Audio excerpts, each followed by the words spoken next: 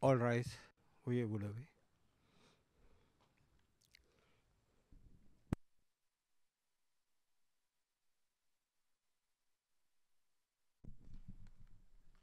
Please be seated. Veuillez vous asseoir.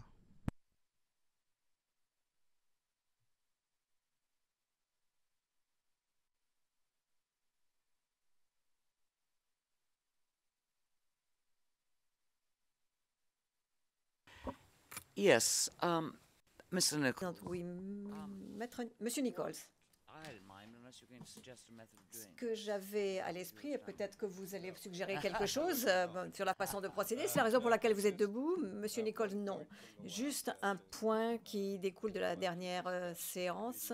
Monsieur Lauchi a parlé d'une vidéo sur la remise et il y avait une erreur dans la transcription. Je voulais simplement dire que je pensais que nous avions remis une version corrigée déjà, mais je pense que c'est la même erreur à nouveau dont on avait parlé. Soit je peux lire la version corrigée, soit je peux vous l'envoyer. Quand est-ce que cela a été corrigé, demande la juge Corner. J'allais soulever cela, dit la présidente. Monsieur Nichols, nous avons envoyé la correction. Je vais demander à Madame Sabatini. Le 21 mars 2022, c'est là que nous avons envoyé la version corrigée. La juge Corner.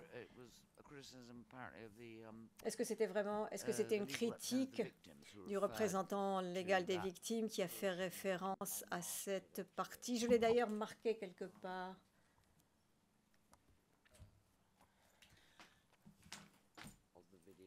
That was Mr. Lauch's criticism, just a moment. L'interprète se corrige, la date était le 29 mars 2022 au lieu. Monsieur Nichols, ce que je voulais dire, c'est qu'il y avait une erreur qui n'était pas positive pour l'accusé. Et nous avons donc corrigé cette erreur et nous l'avons renvoyée. C'était sur ce point, donc je peux vous envoyer l'erreur corrigée par mail. La présidente, oui. Je pense, Maître Lauchi, que c'est ce que vous disiez. Monsieur Lauchi, bien, je pense que le bureau du procureur a été plus efficace que nous, a trouvé l'erreur, la version corrigée. Nous ne l'avions pas vue, mais bien, si c'est résolu, c'est très bien. Mais je revérifierai. Monsieur Nichols,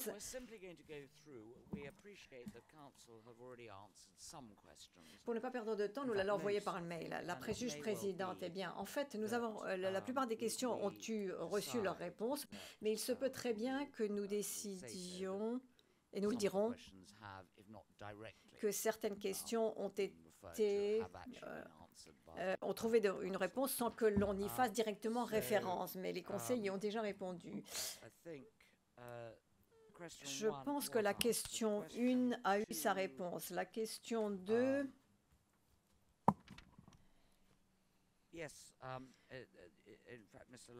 Oui, en fait, c'est Monsieur Lauchi, Maître Lauchi qui en a parlé, qui a réglé cela, donc pas de problème. La question 3 a également reçu une réponse. La question 4. Oui, Facebook, d'accord. Je ne pense pas que nous ayons abordé cela et Maître Edwards a fait référence, me semble-t-il, à une présentation PowerPoint. Maître Edwards, oui, je pense que le Facebook est une question de mon éminent confrère. La juge présidente, ah bien, ça vient de l'accusation. Maître Edwards, je n'envisage pas de dire quelque chose concernant Facebook, à moins que vous ne me le demandiez. J'en doute. Non, bien, il y a eu un PowerPoint que nous avions préparé concernant cette approche. La juge présidente. Oui, la demande d'application, la demande d'asile a reçu sa réponse.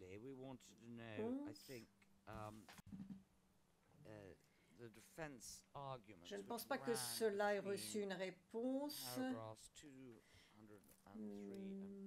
Maître Nichols, effectivement, nous voulions, je pense que les arguments de la défense qui vont du paragraphe 203 à 218, me semble-t-il, du mémoire de clôture, et notamment le fait qu'aucune tentative n'avait été faite par le bureau du procureur d'authentifier les éléments que l'on trouve dans Facebook, comme cela avait été suggéré dans Yekatom Ngaïsona.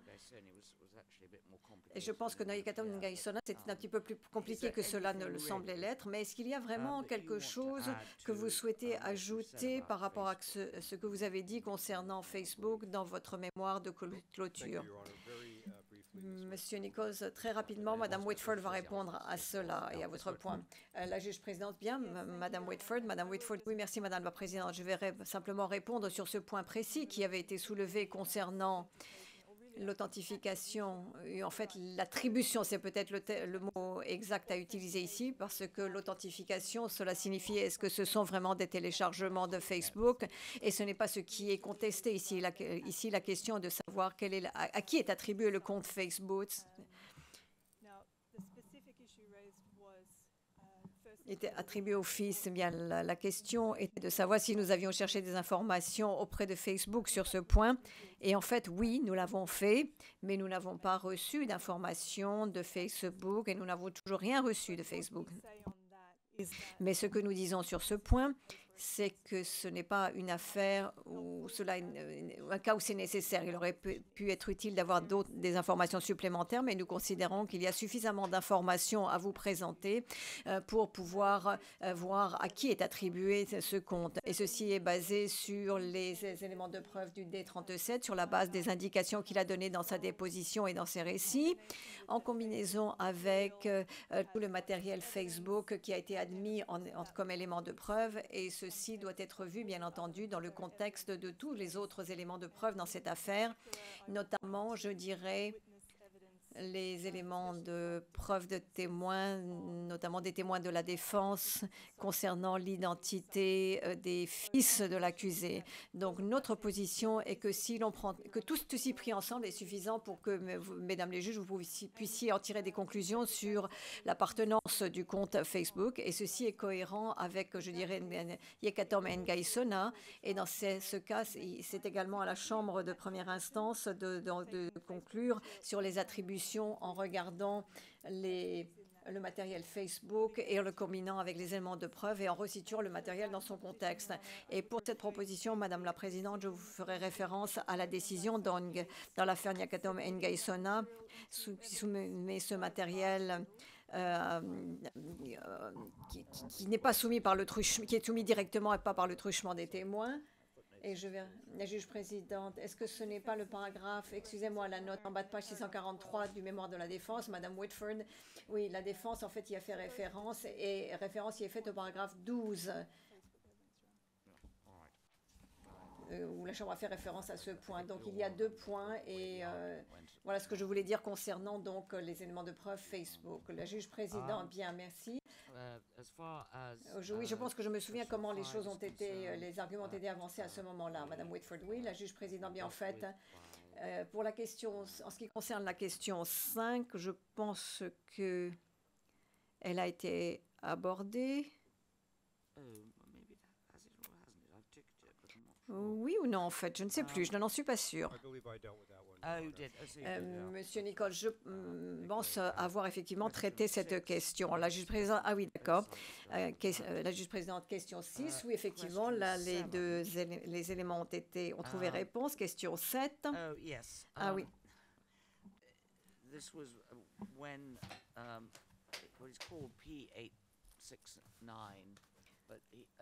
On l'appelait le P869. Mais en fait, il était un membre de votre équipe. La question est de savoir quand est-ce qu'il est devenu membre de votre équipe. Mais dans les écritures dans lesquelles vous aviez demandé plus de temps, il y avait une lettre qui était attachée à ces écritures. Je ne sais pas quel est le statut de ce document. Monsieur Edwards, je peux mettre dans le procès-verbal d'audience la date, la juge présidente, mais vous ne pouvez pas donner d'éléments de preuve. Est-ce que l'accusation accepte? Je pense que l'on peut le faire par acceptation mutuelle. La personne à qui il a été fait référence était le P869, mais il est devenu il a fait partie de l'équipe de la Défense en tant qu'intermédiaire et qu'il est officiellement devenu un membre de la Défense. D'après cette lettre, c'était le 1er septembre 2022. Monsieur Nichols, mesdames les juges, je n'ai pas d'autres informations. Je n'ai aucun doute sur la lettre de mon confrère et sur le fait que c'est le moment où il est officiellement devenu membre de l'équipe et à être payé par le greffe, je suppose. Je ne sais pas s'il avait travaillé avec l'équipe avant, en tant que stagiaire ou quelque chose comme cela, mais je n'ai aucun doute sur le fait que la lettre est parfaitement exacte. La juge présidente, la raison pour laquelle je soulève cela, c'est que cela était figuré comme note en bas de page, mais il n'y avait pas d'éléments de preuve à cet effet. Mais comme je l'ai dit, je ne suis pas sûre que ce soit réellement important. Monsieur Nichols, juste pour gagner du temps, je dirais que c'est exactement cela. La juge présidente, on a répondu à la question. La défense y a répondu par écrit. Question 10.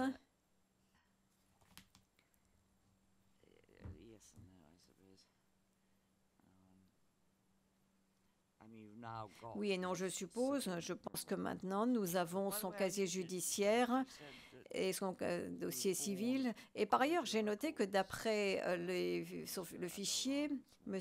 Abdelrahman a dit qu'il était né une année plus tard que ce qu'il semble y avoir, ou une année plus tôt que ce qu'il y a dans les dossiers. Maître Lauchi, vous faites référence à la première traduction que nous avions remise à la Chambre et qui était erronée, qui a été corrigée depuis.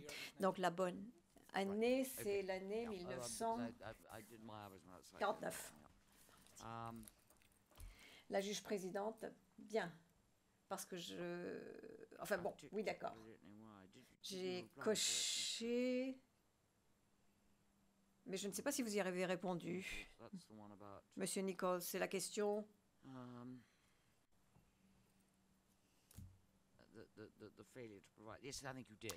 Le fait de ne pas avoir fourni. Oui, en fait, je pense que vous avez répondu. Monsieur Nichols, oui, c'était général. C'était dans le 10, pendant mes propos liminaires, j'ai expliqué que je ne pensais pas que cela ait causé quelques problèmes. Phrase non terminée.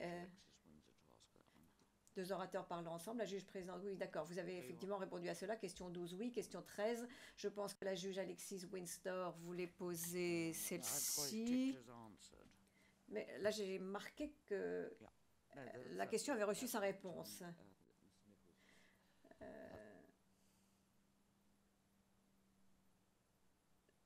La juge Alexis Windsor, oui, mais en fait, vous avez passé la 11.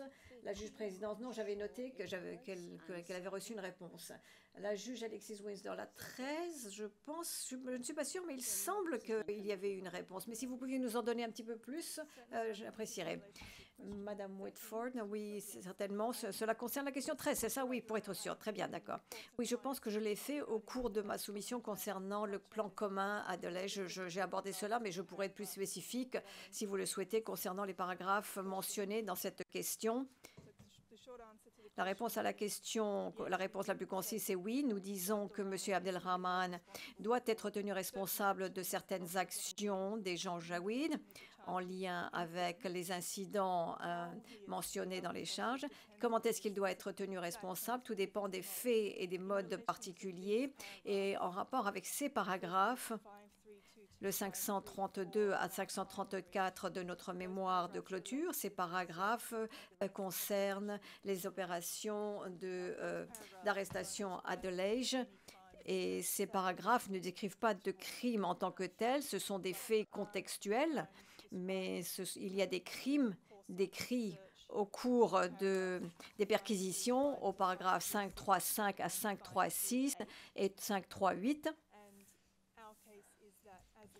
Et nous disons qu'en tant que co-auteur, M. Abdelrahman est responsable de tous les crimes commis dans le cadre du plan commun auquel il a apporté une contribution importante à travers sa participation au plan commun.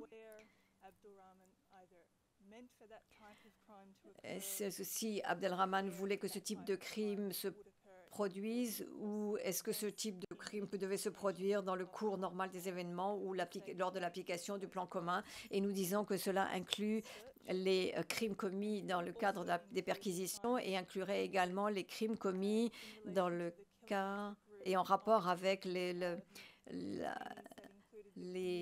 mort, le massacre des détenus, du groupe de détenus qui incluait les leaders de la communauté le 3e jour, c'est-à-dire le dimanche. Et ceci est décrit au paragraphe 601 de notre mémoire. Et c'est le paragraphe qui est mentionné dans la question pour les juges. Et notre position est la même, à savoir que sa responsabilité pour cela est couverte par la coperpétration.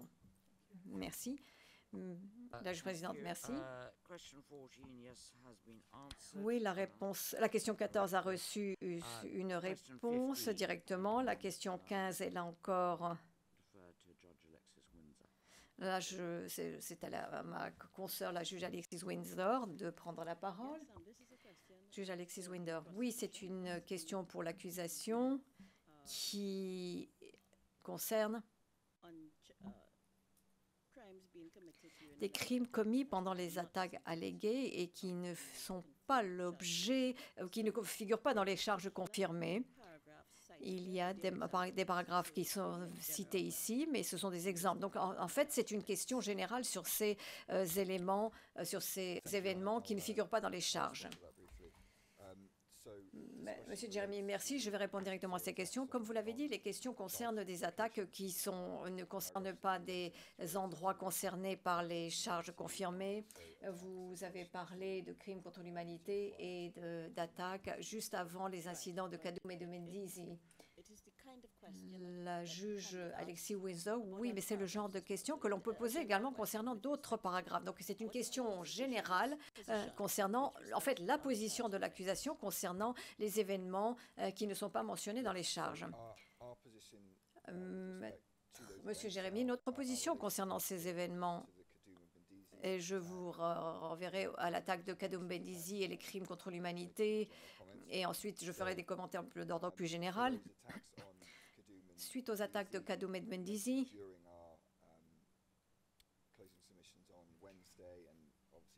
nous avons mentionné notre position mercredi. Nous avons dit qu'il y avait eu différents lieux qui avaient été attaqués immédiatement avant de Kadoum et Bendizi, et nous avons conclu. Nous avons inclus ces attaques parce que nous pensons que cela fait partie du modus operandi des attaques et que vous pouvez voir ce qui allait se jouer à Kadoum et Bendizi et qu'il y avait une conduite criminelle et que cela concernait également le comportement criminel de l'accusé et son intention. Au paragraphe et en la note de bas de page 1336 de notre mémoire, nous avons dit que la pertinence et considérer les éléments de preuve avant les événements est quelque chose qui avait été pris en compte par la Chambre d'appel dans l'affaire Nguyen et les paragraphes 301 à 305 et 946-948 pour lesquels la Chambre d'appel avait considéré que les éléments de preuve en dehors du champ d'application des charges pouvaient aider la Chambre à établir le contexte des événements qui s'inscrivent dans le cadre temporel concernés par les charges, concernant les charges, pardon, et concernant les charges Kadoum et Bendizi, et également les accusations de viol et de comportement inhumain, d'actions inhumaines. Et la Chambre d'appel dans l'affaire Nguyen avait spécifiquement maintenu la décision de la Chambre de tenir compte des éléments de preuve concernant un schéma de victimisation des femmes et des filles en dehors du champ d'application immédiat des accusations, dans la mesure où ceci était pertinent pour les conclusions concernant les crimes de violence basés sur le genre dans le cadre des accusations. Et il s'agit là du paragraphe 948 et de manière plus générale concernant les crimes contre l'humanité. Nous adoptons la position que nous avons donnée dans le paragraphe 121 de notre mémoire de clôture, que les incidents qui font l'objet des charges à Kadoum, de Bendizi, Moukjar et de Lej, à eux seuls, sont suffisants pour établir la nature de l'attaque à grande échelle, conformément à l'article 7.1 du statut de Rome, car cela est sur une étendue géographique importante, sur 2 localités, sur une période de 8 mois. Et nous incluons également des lieux supplémentaires que nous indiquons au paragraphe 122 de notre mémoire. Et là encore, nous le faisons parce que nous pensons que ceci vous donne, mesdames les juges, un contexte plus large pour les incidents inclus dans les charges. Et ce contexte, et par exemple, je n'ai pas mentionné les attaques de Kadoum Mendizi et également celles de Moukjar et de Delej, qui suivaient des attaques plus larges sur Sindou, des personnes étaient déplacées à Moukjar, déplacées à Delej, et certaines de ces attaques qui ne figurent pas dans les charges, sont des attaques qui ont été menées dans le cours de cette opération Sindou, par exemple. La juge Alexis Windsor, bien. Donc, est-ce que l'on doit comprendre que l'accusation semble se baser sur des attaques qui ne sont pas incluses dans les charges, cela est lié au contexte, et que c'est quelque chose que nous devons voir de cette façon. Monsieur Jérémy, oui, c'est tout à fait cela, et également dans la mesure où il y a des éléments de preuve concernant la conduite de l'accusé dans la conduite de ces attaques, c'est quelque chose qui peut peut-être vous aider lorsque vous tirez des conclusions sur les intentions de l'accusé. La juge présidente, mais alors ce que je voudrais vous demander, est-ce que votre position est que ça un type de conduite et que tout le moment, que c'est quelque chose qui a été déclenché et qui s'est terminé ensuite à Moukjar. C'est bien ce que vous... Et donc c'est un comportement, une conduite qui a commencé et qui s'est terminée à Moukjar ensuite, qui avait commencé avant, qui s'est terminée à Moukjar. La juge présidente, oui, merci. Où est-ce que cela nous amène à la question 16 ? Eh bien, quelqu'un on a parlé, me semble-t-il, l'accusation a dit que c'est pour l'accusation, là encore c'est pour l'accusation, et le bureau de la Zakat à Bendizi a été pillé par les Janjaouides, oui, et cet incident spécifique n'est pas mentionné dans la décision qui confirme les charges et que nous ne devrions pas nous en tenir compte. Quelle est votre position en réponse à cela, Monsieur Jérémy? C'est encore moi. Donc, en rapport avec cette question, nous faisons référence au pillage du bureau de la Zakat dans notre mémoire et nous reconnaissons que le pillage de cet endroit, il n'y est pas fait expressément référence dans la partie opérationnelle de la décision et de la confirmation des charges. Néanmoins, le pillage de ce bureau est mentionné dans la décision de confirmation au paragraphe 91. Et donc, cela figure dans la décision. Et nous disons, mesdames les juges, que sur cette base, la partie opérationnelle de la décision et de la confirmation des charges n'est pas exhaustive et ne contient pas tous les éléments de pillage, tous les pillages qui ont pu se produire à Kadoum et Bendizi. Et en rapport avec cela, j'aborderai la jurisprudence de la décision d'appel de Ongwen qui indique que alors que la décision peut donner sur la confirmation des charges peut faire la liste d'actes criminels, le champ d'application n'est pas nécessairement limité à cela. Donc ça, c'est la réponse dans la décision sur le jugement d'appel dans l'affaire Ntaganda. Donc l'accusation considère qu'il n'est pas nécessaire que les charges confirmées fassent référence à chaque élément ou à chaque bâtiment qui a été pillé dans la mesure où les éléments de preuve montrent que cela concerne les mêmes faits, les mêmes circonstances qui ont été confirmées. La juge présidente, bien. Je suis sûr que vous êtes conscient qu'il y a eu beaucoup de discussions concernant la séparation de la partie opérationnelle de la décision de la Chambre de première instance préliminaire et de ce qui constitue le contexte. Et vous vous dites que dans l'affaire Taganda, il est dit que nous pouvons prendre cela en compte. Monsieur Jérémy, oui, tout à fait. Et également concernant la question d'avis, c'est quelque chose que nous avons dit dans notre mémoire de préconfirmation, dans la mémoire préalable au procès et également dans notre mémoire de clôture. Donc nous avons plaidé cela tout du long et ceci était inclus dans la décision sur la confirmation des charges, la déclaration de confirmation des charges. Même si ça ne figurait pas dans la partie opérationnelle. La juge présidente, bien. Et nous avons dit que ce n'était pas une chance pour l'autre partie. Mais est-ce que vous acceptez que ce que M. Jérémy dit est exact pour la défense? Parce que dans votre mémoire, il est dit que nous ne pouvons pas l'utiliser. Maître Edward, je pense que notre argument est le suivant.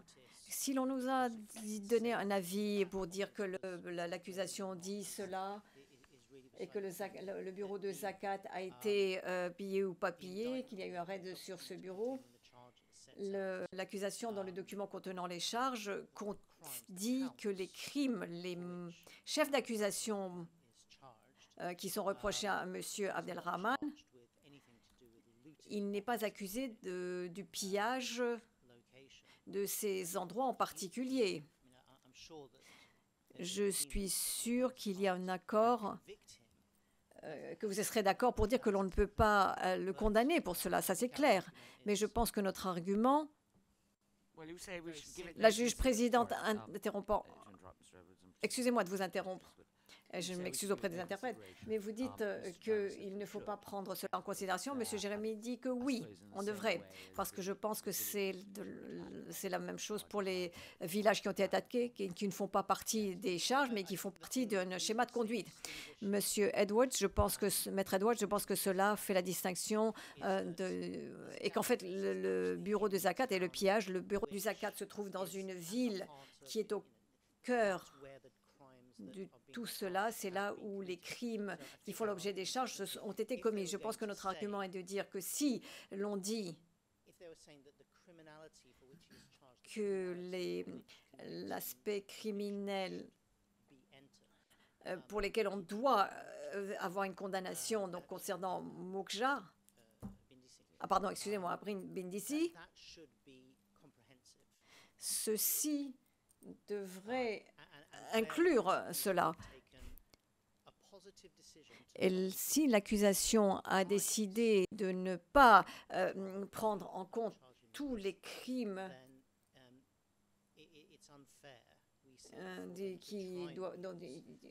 à Bindisi, je pense que ce n'est pas équitable pour eux d'utiliser le pillage du bureau de Zakat et les allégations, même si ce n'est pas là une allégation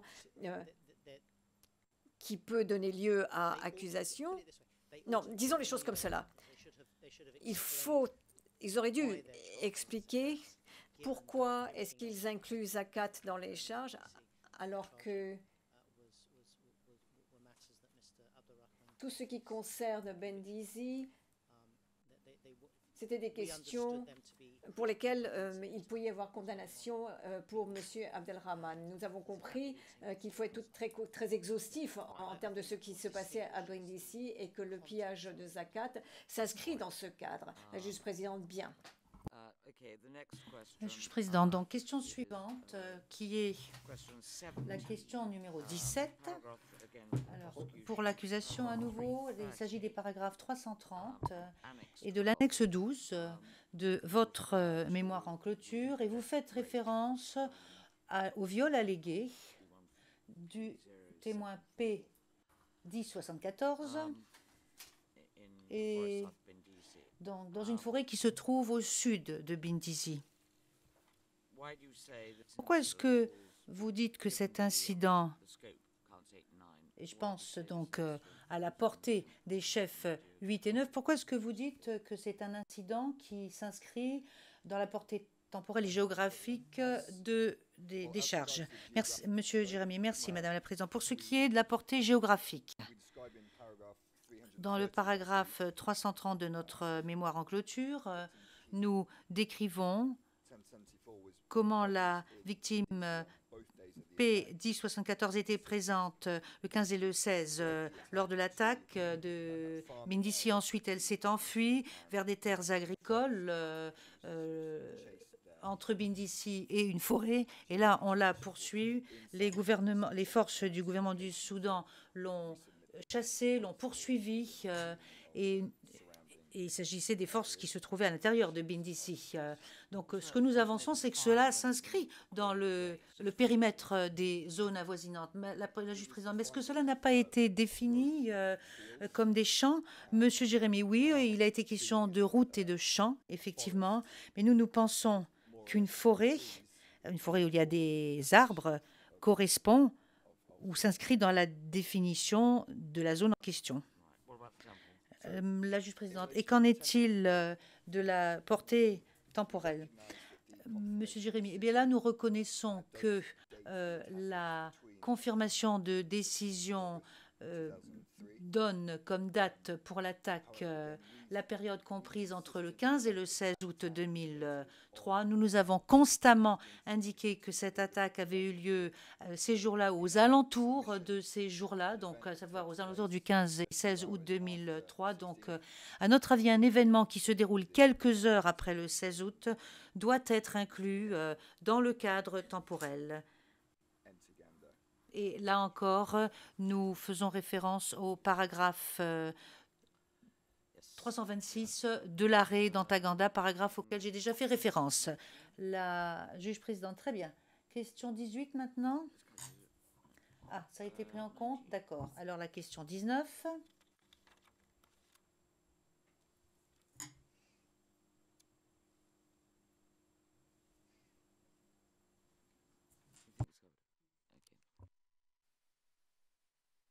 Microphone, s'il vous plaît. Microphone. Question 20.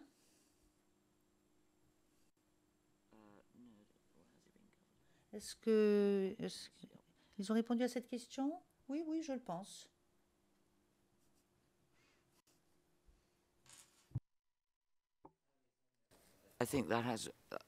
Je pense... Madame Maurice, excusez-moi. La juge présidente, non, excusez-nous, nous sommes en train de vérifier, de faire un peu le point. Mais je pense que cela a été pris en considération. Non, je ne sais pas.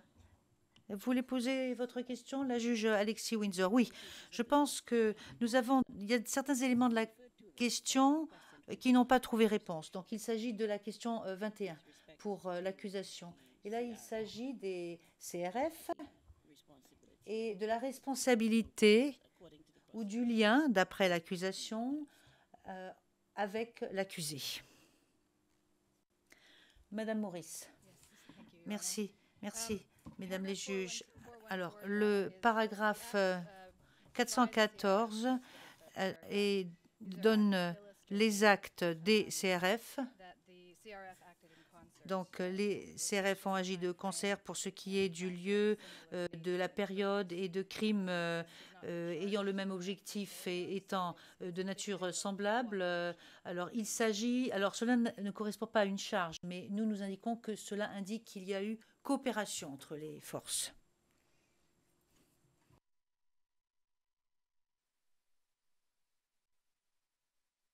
So then is no.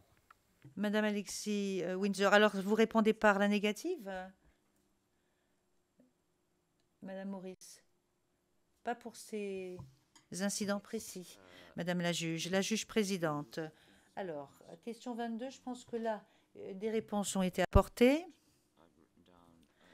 Moi, j'ai écrit, oui, c'est ce matin qu'on a répondu à cette question, me semble-t-il. C'est la défense qui a répondu à cette question.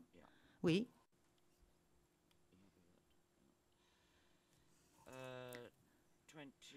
Question 24.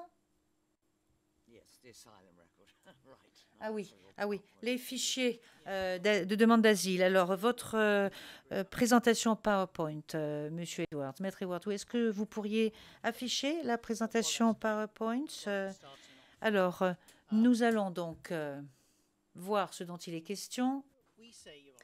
Ce que nous avançons,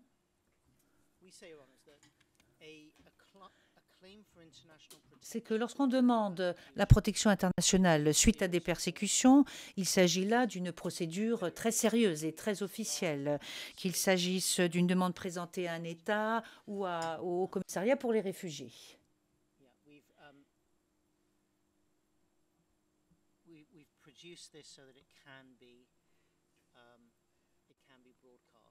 Donc, je pense que cela peut être diffusé. Nous avons expurgé ce qui devait être expurgé. Donc, d'ailleurs, où se trouve-t-il cela? Sur le canal Évidence 1? Très bien. Donc, je vous disais qu'il s'agit d'une procédure sérieuse, qu'il s'agisse d'une demande présentée au commissariat pour les réfugiés des Nations Unies ou des autorités nationales. Et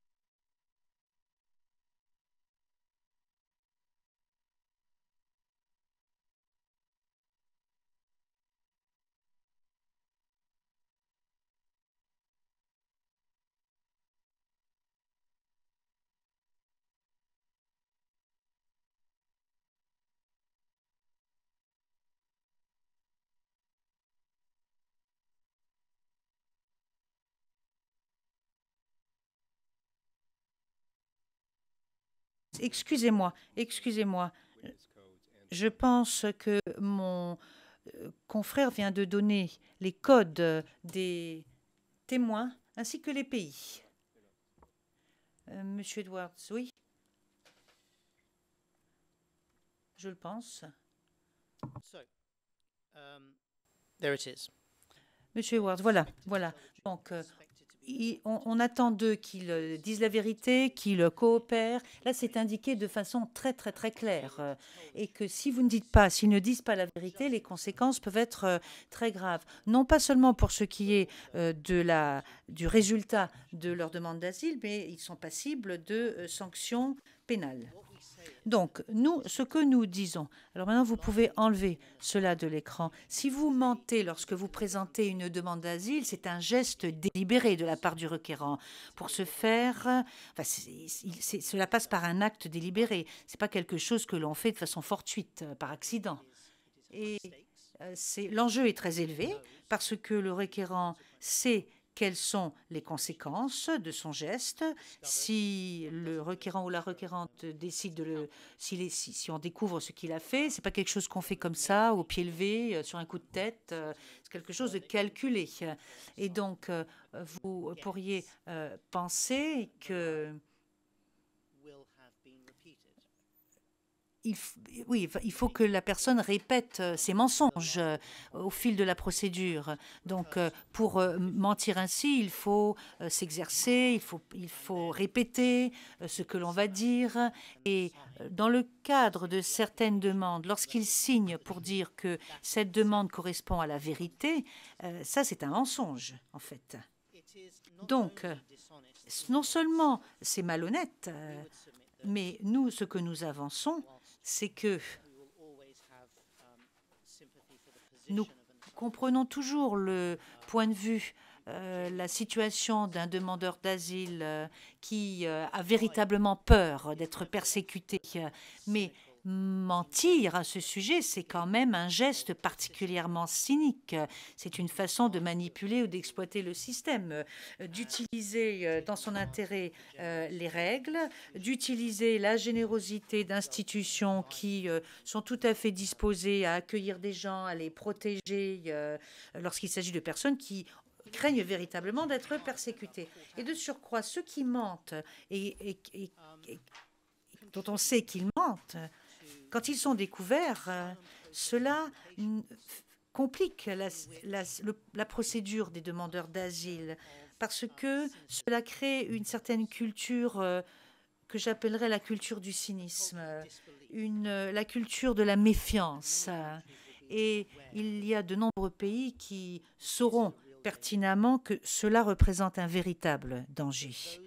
Parce que les personnes qui doivent évaluer ce type de demande d'asile, qui doivent les gérer, et même les juges qui sont saisis des appels lorsqu'il y a des décisions en première instance qui sont prises, toutes ces personnes qui, au fil des ans, bon an, mal an, sont face à des requérants qui ne disent pas la vérité, tout cela finit par créer une culture de la méfiance qui ne milite vraiment pas en faveur des véritables demandeurs d'asile authentiques. Donc, cela crée une certaine lassitude et puis un durcissement parmi les juges. Et ça, c'est quelque chose qui est familier pour toutes les personnes qui connaissent le système ou qui ont travaillé dans le cadre de ce système. Donc, pour répondre à votre question, parce que c'est cela votre question, mesdames les juges, comment est-ce que nous devons prendre cela en considération? Est-ce que cela peut véritablement nous faire douter sérieusement de la crédibilité générale d'un témoin qui est venu qui est venu témoigner ici? Et nous ne répondons pas l'affirmative parce que cela devrait avoir un véritable impact sur votre évaluation de leur crédibilité. Parce que si vous mentez lorsque vous faites une demande d'asile, je le répète, vous ne le faites pas sur un coup de tête, c'est quelque chose de délibéré, c'est quelque chose que vous devez répéter. La juge présidente, nous avons compris, Monsieur Edwards. Monsieur Edwards, est-ce que je pourrais vous dire ceci? Alors, nous avons entendu des témoins qui avaient menti à propos d'une demande d'asile. Elle n'était pas véridique. Et bon, cela est sorti pendant le contre-interrogatoire. Et les témoins ont dit, oui, certes, j'ai menti, mais maintenant, je dis la vérité. Alors, je pense qu'il faudrait peut-être se demander, de façon théorique, dans l'absolu, quelle serait la réaction du témoin s'il y avait donc le contre-interrogatoire et puis qu'on se rend compte qu'il y a des incohérences avec la demande. Donc, si ce qu'il risque, c'est qu'on lui supprime sa demande d'asile ou qu'on ne fasse pas droit à sa demande d'asile parce qu'il a menti ou parce qu'elle a menti. Vous pouvez imaginer, la réponse, ça serait « Ah non, non, non, non, non, non, moi j'ai dit la vérité lorsque j'ai demandé l'asile, mais c'est devant la CPI que j'ai menti pour telle et telle raison. » Donc, dans cette situation, alors quand est-ce que vous déciderez? Comment est-ce que vous pourriez décider?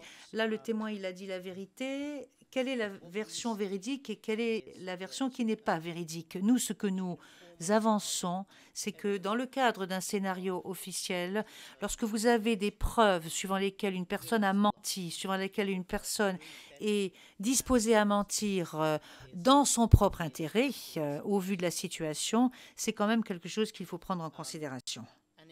Et je dirais que au sein de cette cour, dans l'affaire Ruto Sang, par exemple, lorsque des informations émanant de l'un des témoins les plus essentiels de l'accusation. Lorsqu'on s'est rendu compte, et que cela était manifeste, qu'il avait raconté et relaté un récit tout à fait différent dans sa demande d'asile auprès des Pays-Bas, me semble-t-il, l'accusation a fini par laisser tomber ce témoin vedette et il ne l'a pas utilisé dans la thèse qu'il présentait. Et cela a eu un impact énorme sur le succès de l'accusation dans Routosang. Donc, en un mot commençant, c'est important et cela doit être pris en considération. La juge présidente, oui, merci. Pour ce qui est de la question 25, vous y avez répondu. Oui, la question 26. Oui, madame la juge Alexis Windsor. Monsieur Edwards, c'est moi qui dois répondre et je vais pouvoir répondre très brièvement. Et je vais vous demander de prendre en considération ce qui figure sur ou au numéro 140, pardon, sur notre liste de documents. Alors, il est dit que même si la majorité des PPF étaient fours, ils n'ont pas eu de contact avec les forces d'Ali Kouchaïb lorsqu'ils sont arrivés. Vous avez le paragraphe 93 à 94 de la déclaration qui fait référence à la personne qui était le deuxième qui commandait les PPF dans cette zone et qui était four.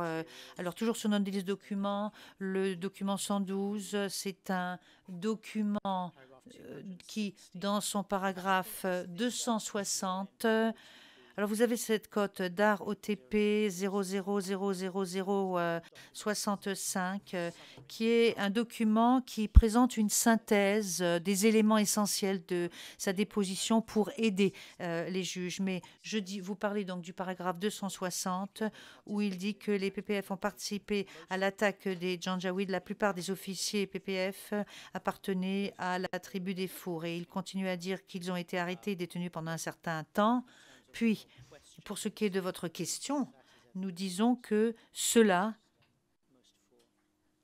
est la preuve que la majorité des fours, que la majorité de la police et des PPF à Moukjar étaient des fours. Alors, d'accord, je vous concède qu'il s'agissait de Garcila, mais vous avez le 160, le témoin 986 qui dit la plupart des policiers étaient fours et leur fusion a été confisquée. Il s'agit du paragraphe 86 du document 116 de notre liste. Donc nous disons qu'il y a suffisamment de moyens de preuve à ce sujet.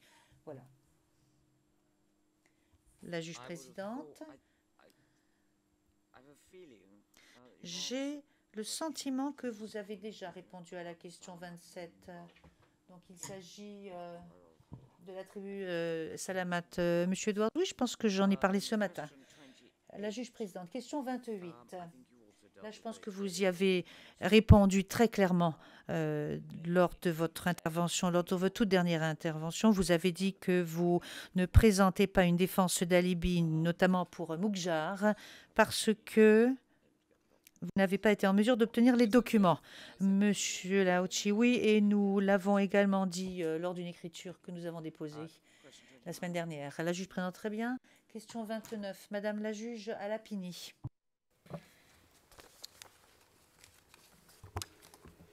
Merci, Madame la Présidente.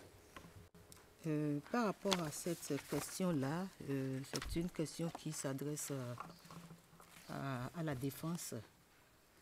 J'ai cru comprendre que vous avez beaucoup, vous vous êtes beaucoup étendu sur la fabrication des preuves.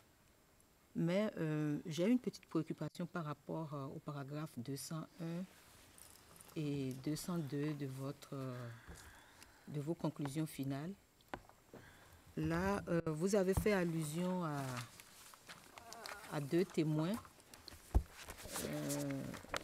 le D022 et le D547, sauf erreur de ma part, oui. Non, le D022 et le P 0547. Est-ce que vous pouvez vous étendre un peu plus sur comment ces témoins ont pu fabriquer leurs preuves et quel impact ce que vous prétendez peut avoir sur notre manière de comprendre cette question. Thank you, Honor. Merci. Monsieur Edwards, merci, Madame la juge. I'll answer in English. Je vais répondre en anglais. First of all, Premièrement, can I make it clear we're not puis-je dire de façon très très claire que nous ne sommes pas en train de suggérer que le P547 a fabriqué ces éléments de preuve. Le P547, ces pays ont quand même creusé un peu l'affaire, l'histoire, et made contact ils ont pris contact staff of avec based in Asmara. du personnel de GEM, qui se trouvait à Asmara et leur ont demandé ce qu'ils savaient au sujet de cette personne qui répondait au nom de Ahmed et qui avait pris contact avec eux pour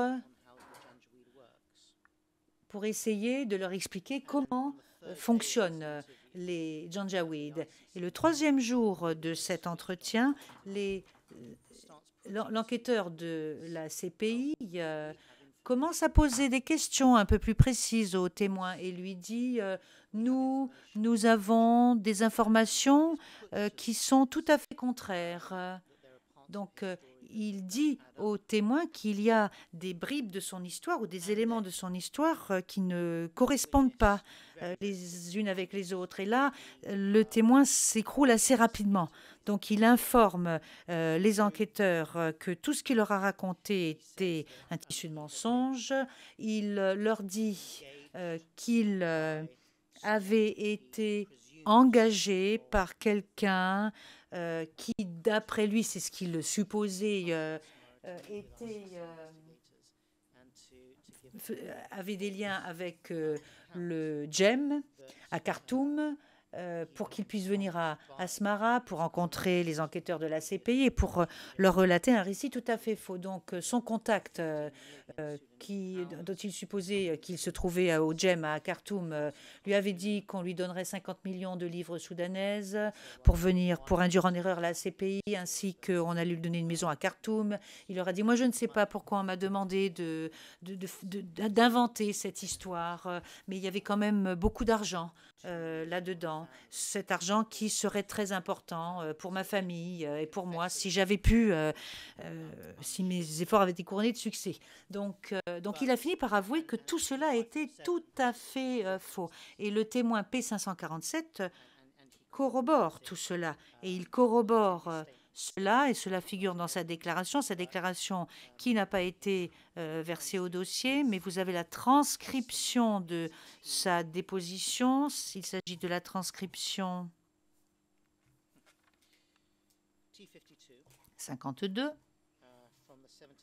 du 17 juin 2022, donc l'un des premiers témoins que nous avons entendu. Et j'attire votre attention sur la page 33 à la page 40. Et c'est pendant le contre-rogatoire de Maître Laochi que le témoin parle de cet incident à Asmara, incident au sujet duquel il est informé. Donc, ça, c'est un récit pour lequel il y a une corroboration, il y a des protagonistes au Soudan qui sont, et je ne sais pas quel autre terme utiliser, l'ennemi du gouvernement soudanais et qui prennent des mesures très très déterminées avec beaucoup d'argent ou beaucoup de promesses d'argent en tout cas qui sous-tendent l'exercice, et tout cela pour induire en erreur la CPI. La raison pour laquelle tout cela est pertinent, ce n'est pas simplement pour induire en erreur les enquêteurs de la communauté internationale dans son ensemble, c'est pour enquêter précisément sur des enquêteurs du bureau du procureur de cette institution Et s'agissant de cette affaire en particulier, lorsque je dis cette affaire, l'affaire qui concerne le Darfour, la cible, enfin, on ignore quelle est la cible. Nous ne pensons pas forcément que M. Abdelrahman soit lui-même la cible, mais en tout cas, un accusé soudanais ou l'accusé soudanais. Et c'est un élément très important à notre sens. Mesdames les juges, vous ne faites pas référence à cela dans votre question, parce que vous avez fait référence à un paragraphe en particulier. Permettez-moi de vous rappeler la déposition de notre témoin, le colonel Marquis, le D26, qui a témoigné le 21 mars de cette année, transcription T147. Et dans sa déposition, il a parlé de sa mission, la mission de l'Union africaine au Darfour, et à quelques occasions, il a dit avoir eu l'impression très nette que des collègues et lui, des personnes donc représentant la communauté internationale, de l'Union africaine précisément, qui étaient manipulés par des agents de l'insurrection et du gouvernement du Soudan.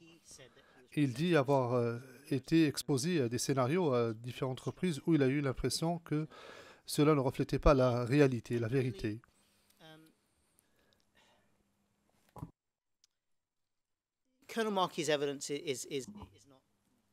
La déposition du colonel Marquis n'est pas directement pertinente, mais elle n'est pas dénuée de pertinence non plus. À notre sens, c'est quelque chose qui...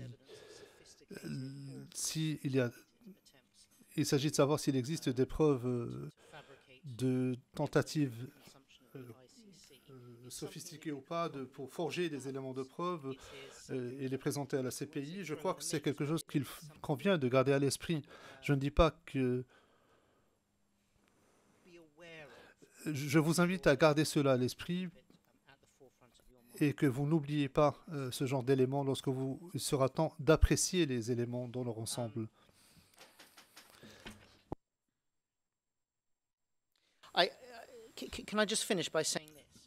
Puis-je ajouter ceci? Ce danger, cette réalité serait peut-être moins grave s'il s'agissait d'une affaire ou d'une situation où l'accusation comme la défense pouvait se rendre au Darfour et entreprendre des enquêtes approfondies sur le terrain. La situation aurait été beaucoup plus différente. Nous aurions été sur des assises beaucoup plus solides pour faire des vérifications et des contre-vérifications de ce qui est contenu dans les déclarations. Malheureusement, nous n'avons pas été en mesure de le faire. Et il va sans dire que la capacité de se rendre sur le terrain pour constater soi-même l'état des villages, des terrains, des collines, les choses que l'on pouvait voir à partir d'une certaine perspective, disons, si on était présent dans un village, on serait en mesure de voir telle montagne ou telle colline. Je vois que mon contradicteur est debout. Monsieur Nico, je vous prie de m'excuser. Nous en sommes au plaidoirie finale, mais je crois qu'on va au-delà de la réponse à la question qui a été posée. C'est en train de devenir un argument supplémentaire. Alors, s'il continue sur cette lancée, je vais demander à avoir un temps de parole, la juge présidente. La question était très bien définie. Maître Edwards, j'en prends bonne note. Mais je veux dire que lorsqu'on peut effectuer un transport judiciaire, on peut constater certaines choses. La juge présidente. Très bien, merci beaucoup. Merci, Madame la Présidente. J'ai eu réponse à mes préoccupations. Merci.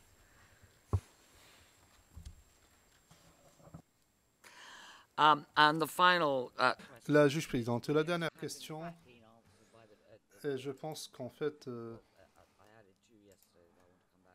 c'est une question que j'ai posée hier et on y a déjà répondu. Elle concerne ce que les représentants légaux communs des victimes ont dit au dernier paragraphe de leur mémoire en clôture. Hier, vous en avez parlé. Je fais référence En fait, non, on demande à la Chambre de dresser un constat dans son jugement, un constat sur l'ampleur du préjudice. La défense a déjà répondu par écrit. Est-ce que l'accusation a une réponse à donner à ce chapitre? Monsieur Nichols, non, Madame la Présidente. Ce qui constitue des éléments de preuve, c'est ce qui a été présenté devant vous. C'est la seule chose qu'il convient de prendre en considération au stade du délibéré. La juge présidente, j'ai ajouté 2 questions supplémentaires hier. La première est très simple. Est-ce que nous avons des éléments au dossier établissant qu'il y a eu une tentative d'assassinat à l'encontre de M. Abdelrahman en 2013, si je ne m'abuse? Est-ce que nous avons des preuves des blessures qu'il a subies? Ou est-ce qu'il s'agit simplement d'articles de presse? Est-ce que des témoins ont dit ou un témoin a dit avoir été le voir et voir ses blessures? Monsieur Nichols, merci, Madame la Présidente. Il s'agit en fait de 2 articles de presse du Sudan Tribune et le deuxième de Radio Dabanga. Nous les avons consultés à nouveau hier soir. Dans les traductions anglaises, il est dit qu'il a peut-être été blessé à la jambe. Et on dit aussi qu'il a reçu des blessures au niveau de l'épaule ou des bras. En fait, c'est une traduction. Nous allons procéder à une nouvelle traduction. Une nouvelle lecture de cela pourrait préciser qu'il s'agit de sa main et non pas de son bras. Moi, je ne suis pas un expert. On pourrait peut-être la présenter aux interprètes ou autres. Mais on semble parler des mains et des bras. La juge présidente, la raison pour laquelle j'ai posé la question, c'est parce que j'ai relu la déposition de l'experte en graphologie, Madame Marsh, et la question qui avait été posée est de savoir si quelqu'un qui a subi une blessure, est-ce que l'écriture d'une telle personne pourrait être affectée par cela? Et vous dites que c'est la traduction, le mot a été traduit comme étant main ou bras. Monsieur Nichols, oui, tout à fait, Madame la Présidente. Je fais référence également à la déposition du témoin P119. Donc le P19, DAR OTP 0124 0196, il a dit que l'accusé a été blessé à la main. C'est ce qui est contenu dans sa déclaration. La juge présidente, très bien. Monsieur Nichols, il y a également un autre témoignage où il est dit qu'il a été blessé au bras.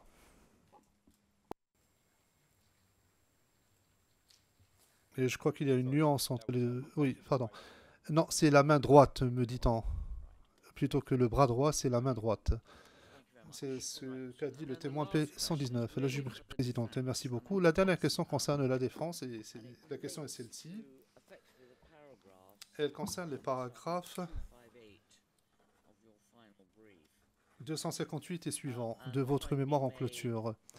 Vous, Monsieur Nichols, dans son réquisitoire, a dit que vous n'avez pas invoqué la contrainte et vous avez marqué votre accord. Vous n'avez pas mentionné, me semble-t-il, quoi que ce soit au sujet de l'article 33, donc les ordres émanant d'un supérieur. Alors, pour quelle raison est-ce que vous avez évoqué la peine de mort s'il avait refusé d'obéir aux ordres, etc., etc. Je vais vous répondre en français, car votre question est pour moi l'occasion de recycler les arguments que j'avais préparés en réponse aux représentants légaux des victimes, en liaison avec la ligne 3, et que je n'ai pas pu dire ce matin. Et effectivement, les 2 aspects, contrainte et ordre, vont ensemble, et vous allez comprendre très vite pourquoi. Alors, de façon très claire, nous ne plaidons ni la contrainte, ni l'excuse d'ordre hiérarchique. Néanmoins, ces 2 éléments, d'ailleurs qui sont pour nous les 2 faces de la même médaille, contrainte parce que ordre, sont pertinents pour ce qui concerne l'établissement de l'erreur de droit en vertu de l'article 32, paragraphe 2 du statut. L'erreur de droit, oui, et l'absence de connaissance du caractère criminel des faits, article 30, paragraphe 3. Les témoins P20 et P954 ont rapporté la preuve de l'obligation d'obéir aux ordres donnés sous peine d'exécution sommaire sur le champ de bataille. Ce sont les pièces 51 pour le témoin P120 et la pièce 115 pour le témoin P954. Cette obligation ne distingue pas en fonction de la légalité de l'ordre, dont la première définition de l'ordre illégal a été introduite dans la loi sur les forces armées de 2007 à l'article 3. C'est la pièce 123. Nous soumettons donc qu'il est raisonnable de dire que pour ceux qui en avaient connaissance de ce risque d'être exécutés sommairement sur le champ de bataille en cas de désobéissance aux ordres, cette information avait pour effet d'amener à croire que, ou du moins de conforter dans l'idée, que la réalisation des actes visés dans les charges était obligatoire une fois que l'ordre en avait été donné par une personne avec autorité. Le témoin P883 nous a éclairé sur le fait que cette obligation d'obéir aux ordres faisait partie du b.a.-ba de n'importe quel soldat qui entrait dans l'armée au moment où il faisait ses classes. Un soldat obéit aux ordres reçus sans discuter. Monsieur Abdelrahman, qui est rentré dans l'armée en 1964, a donc dû être informé de cette obligation, cela ne fait aucun doute. La thèse du bureau du procureur est que la totalité des crimes qui sont visés dans les charges font partie d'une contre-insurrection qui aurait été décidée au plus haut niveau de l'État soudanais, en particulier par le président al-Bashir lui-même, et nous sommes d'accord avec cette théorie. Et quoi qu'on pense du président al-Bashir, il ne fait aucun doute que sa position d'autorité pour ordonner ce qui a été fait ne faisait pas de doute dans l'esprit des Soudanais. Il est donc raisonnable de conclure que la connaissance de cette obligation d'obéir aux ordres sans discuter sous peine d'exécution lorsque les ordres émanaient d'une personne avec autorité a dû et pu jouer un rôle certain sur, premièrement, l'erreur de croire que la commission des actes visés dans les charges était obligatoire, et deuxièmement, l'absence de connaissance du fait qu'ils étaient interdits.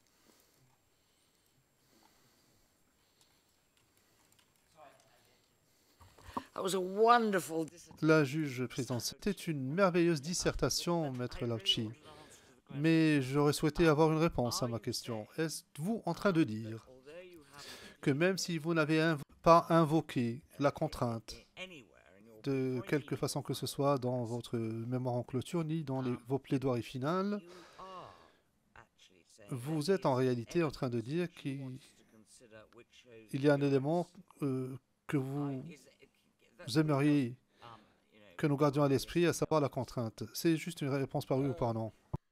Il faudrait peut-être pour cela définir la duress, la contrainte, mais nous estimons que cette menace d'être exécuté est une forme de contrainte. La juge présidente, c'est défini à l'article 31. Right. What about Article 30? Bien, qu'en est-il de l'article 33, les ordres d'un supérieur? Êtes-vous en train de dire également qu'il existe des éléments que nous devrions garder à l'esprit dans notre appréciation s'agissant de votre moyen de défense? Comme la preuve de la duresse, et je viens de la mentionner, P120, P954, est pertinente pour votre délibération sur la ligne 3 de la défense. C'est tout ce que nous disons. C'est-à-dire l'établissement ou non de la connaissance du caractère criminel et l'erreur de droit. Right. Well, I suppose. La juge présidente. Bien, alors je suppose que puisque vous ne l'avez pas fait, Monsieur Nichols,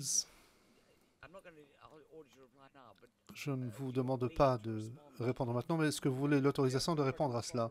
Monsieur Nichols, mais si vous m'y autorisez, je voudrais répondre maintenant. Il ne peut pas plaider la contrainte après avoir fait ses plaidoiries finales, sauf à répondre aux questions des juges. Au tout début, il a bien précisé, il a dit expressément, nous ne plaidons pas la contrainte ni les ordres hiérarchiques qui ne s'appliqueraient pas à des actes illicites, criminels. Et tout au long, nous avons mené ce dossier jusqu'au bout, sachant qu'il n'y aurait pas de moyens relatifs à la contrainte. Donc la question ne devrait même pas être posée.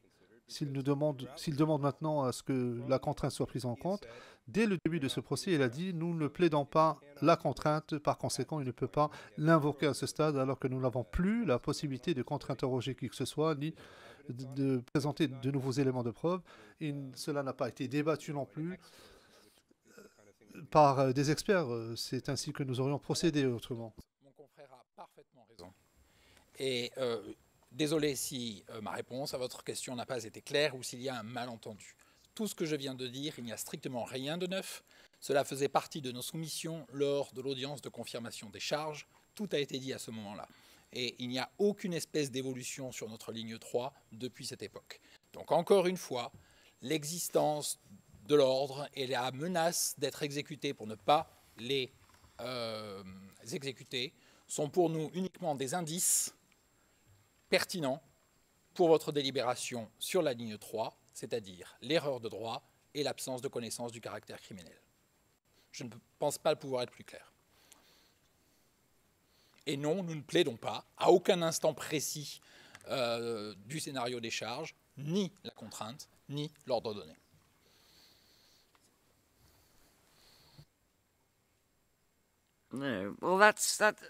La juge présidente.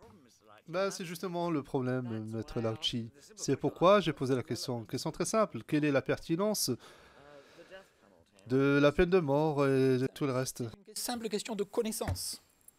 Quelles étaient les informations en possession d'une personne telle que M. Abdelrahman, qui avait fait 25 ans d'armée? Ce qu'il sait, c'est que s'il n'abouille pas aux ordres, ça risque de très très mal finir et très très vite pour lui.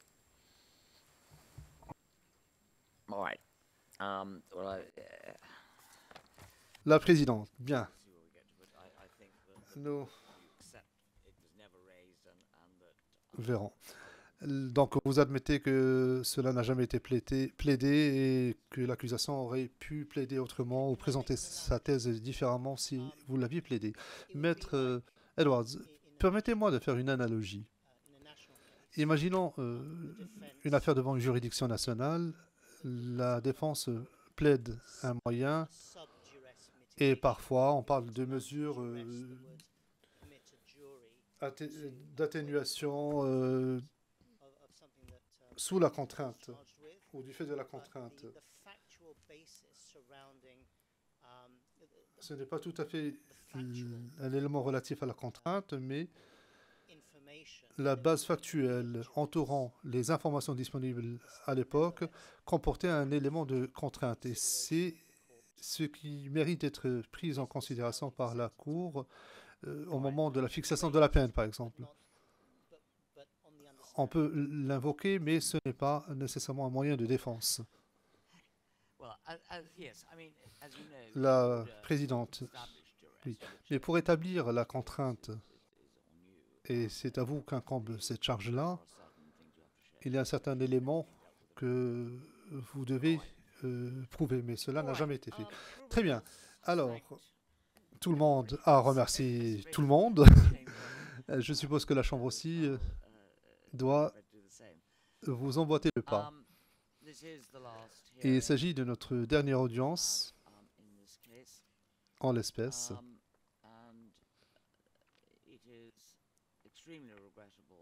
Il est extrêmement regrettable à bien des égards, et surtout pour les personnes qui souffrent encore aujourd'hui, que ce procès n'ait pas pu se terminer plus tôt en raison des événements affligeants qui se déroulent actuellement au Soudan.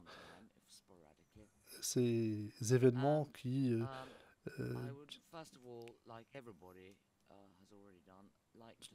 ont lieu depuis un certain temps déjà. Je voudrais, à l'instar de tous les autres, remercier le personnel de la Cour. Ce personnel, ces collaborateurs qui, tout au long de ce procès, ont été extrêmement utiles et nous ont aidé les parties et les participants, ainsi que toutes les personnes qui ont eu quelque chose à voir avec ce procès. Deuxièmement, les interprètes. Sans interprètes, ces procès n'existeraient même pas. De temps en temps, il y a eu, comment dire, des couacs, mais dans l'ensemble, l'interprétation a été excellente. Et je me dois de mentionner les interprètes fours. Ils sont ici peut-être, oui, ils sont ici. Ces interprètes qui ont eu la tâche peu enviable de suivre une formation en l'espace de quelques mois pour devenir des interprètes judiciaires. Sans leur aide, sans leur assistance, nombre de témoins n'auraient même pas pu faire part de leur récit à la Cour. Et je dois donc remercier, au nom de juge de cette chambre, les interprètes fours. Je pense aussi aux sténotypistes. On oublie souvent de les mentionner, mais on devrait les mentionner. Parfois, les choses n'évoluent pas rapidement, parfois il y a des problèmes de vitesse, mais les sténotypistes font un excellent travail pour ce qui est de retranscrire ce qui est dit dans ce prétoire. Quatrièmement, comme je l'ai dit à plusieurs reprises tout au long de ce procès, nous, les juges de cette chambre, aimerions remercier tous les conseils ainsi que leurs équipes qu'ils ont remerciés à leur tour pour eu égard aux normes de cette Cour et de d'autres juridictions internationales, pour une coopération remarquable entre les équipes. Il y a eu quelques ratés, et c'est souvent le cas, mais cette coopération, et vraiment j'insiste là-dessus, est vitale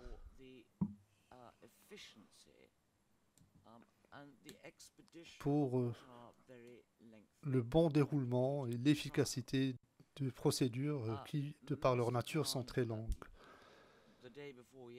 Il y a 2 jours, M. Khan a félicité les juges pour leur efficacité, mais nous voulons dire de façon très claire que notre efficacité dépend de la coopération entre les parties. Et l'efficacité est dans l'intérêt de l'accusé, mais pas seulement. Après tout, c'est l'accusé qui est... c'est son procès. Mais le procès se déroule en toute célérité. C'est aussi dans l'intérêt des victimes. Et comme l'a dit Maître Van Westinghausen, ces victimes qui attendent depuis des années qu'on reconnaisse d'une quelque façon ce qui leur est arrivé. Et je pense aussi au public en général. Comme je l'ai déjà dit, la présentation des moyens se serait achevée beaucoup plus tôt et le procès se serait terminé beaucoup plus tôt s'il n'y a pas eu les événements survenus au Soudan en avril de l'année dernière. Et c'est malheureux, comme je l'ai dit. Ce qui se passe là-bas semble être une répétition de ce qu'il s'est passé en 2003 et 2004. Et en dernier lieu, nous souhaiterions exprimer publiquement et au personnel, à nos collaborateurs, à nos juristes qui travaillent avec nous, parce que ce sont eux les intermédiaires entre les juges et l'administration, ainsi que les autres parties prenantes dans une procédure judiciaire. Et la communication entre eux et les autres les autres parties est absolument vitale car elle assure le bon déroulé du procès.